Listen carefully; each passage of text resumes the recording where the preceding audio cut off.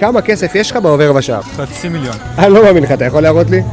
כן, קצת פחות, אבל כן. ומה אתה מתכנן לעשות איתם? לקנות מרצדס, אתה יודע, רכב החלומות שלי. אתה רוצה להגיד לי שאתה שם את הכסף קודם כל על רכב, ועוד לא חושב על השקעות נדל"ן? לא יצא לי לחשוב, אתה יודע, רכב החלומות שלי. ואם אני אגיד לך שאתה יכול להגשים את החלום שלך, ובמקביל להשקיע בנדל"ן? אז אני לא מאמין לך. במקום להשקיע את הכסף שלך על רכב שמן הסתם ברגע שיצא מהחברה יוריד מערכו, תשקיע את הכסף שלך בדירה על הנייר. תשים סכום מקדמה של 300, 400 או אפילו 500 אלף שקל, מוכנה רק עוד 3 או 4 שנים בפריים לוקיישן, מרכז הארץ, וברגע שהדירה תהיה מוכנה תשלים את העסקה ובעצם תוכל למכור את הדירה ברווח משמעותי. עם הרווח שלך תוכל גם להשקיע בנדל"ן וגם לקנות את מרצדס החלומות שלך. כמה רווח? אנחנו מדברים על 300, 400, 500 ואפילו 600 אלף שקל רווח. אתה יודע מה אחי, שכנעת אותי, עזוב מרצדס. איך אני קובע איתך פגישה? פשוט מאוד, אני מחלק לעוקבים שלי פגישות במתנה ללא עלות, שבה אני בונה תוכנית השקעה מקצה לקצה, ומשם הדרך היא קצרה מאוד להשקעה שלך. תודה רבה, אני אעקוב עכשיו.